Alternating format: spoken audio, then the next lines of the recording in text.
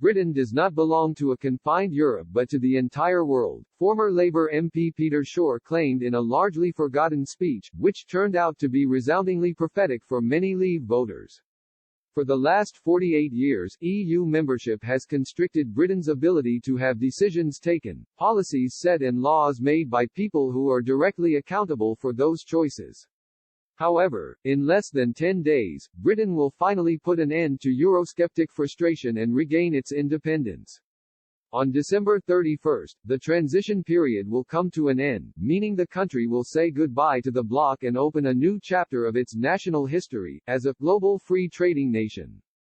There was one politician who, 45 years ago, had already called for the country to adopt these outward-looking, international values instead of being confined in an undemocratic bloc.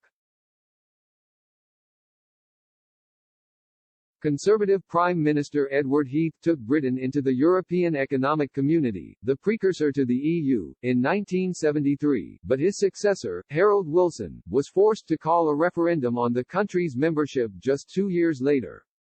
The vote saw the country divided into yes and no campaigns, as opposed to 2016's Leave and Remain. Former Labour MP for Stepney Peter Shore was leading the No campaign alongside another prominent Eurosceptic figure in his party, then Industry Secretary Tony Benn.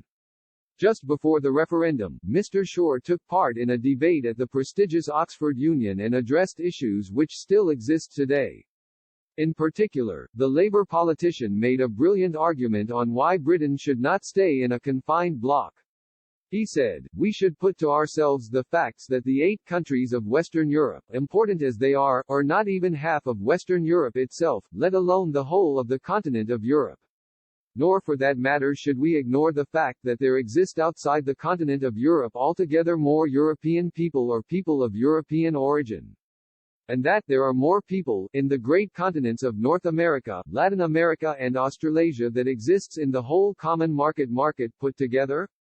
Beyond that we should recall the fact that our horizon and the concerns that we have in the world as a country and as people are not limited to 8 nations and 200 million people in Western Europe, but to the 3,000 million people and 140 nations that exist in the 6 continents of the world. The policies that we praise as a government, the causes that we follow as people, the concerns that we have, are not confined and limited to this narrow area across the Channel.